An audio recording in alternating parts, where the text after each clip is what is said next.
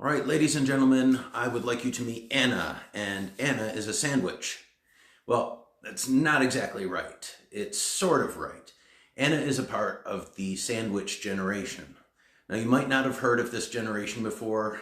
Generations are usually defined by birth years, right? Silent generation, baby boomers, Generation X, millennials. The sandwich generation is defined by our circumstances. So if you're taking care of both kids and elderly parents, you are the salami in the Italian grinder of caregiving. More and more often, Generation X is stepping into this role, people like me. And we're finding out that it's tough balancing both ends. So what's making this generation feel so overwhelmed? Did you know 70% of these caregivers report being stressed? And I'm actually surprised it's only 70%. Maybe the rest are lying. But when you consider you have to meet the needs of two opposite demographics, children and seniors, all day, every day, it's not surprising. Recent surveys show that most of them feel financially squeezed, emotionally drained, and a study from the Alzheimer's Association found that, quote, in 2023, 11.5 million family and other caregivers of people living with Alzheimer's or other dementias provided an estimated 18.4 billion hours of unpaid help.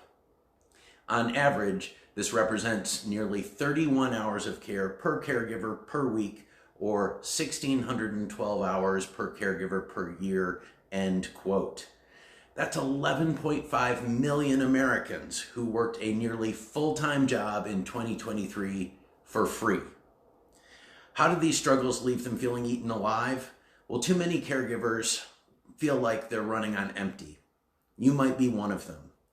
For a lot of us sandwich makers, we're working a full-time job to make ends meet.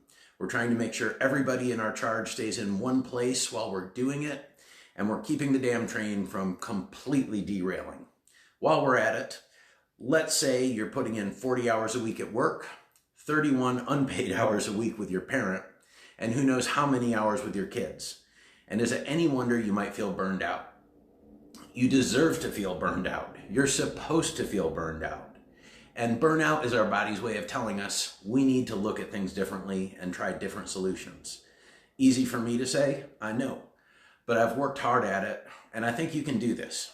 After all, you are a superhero sandwich. If you don't believe me, let's look at the facts.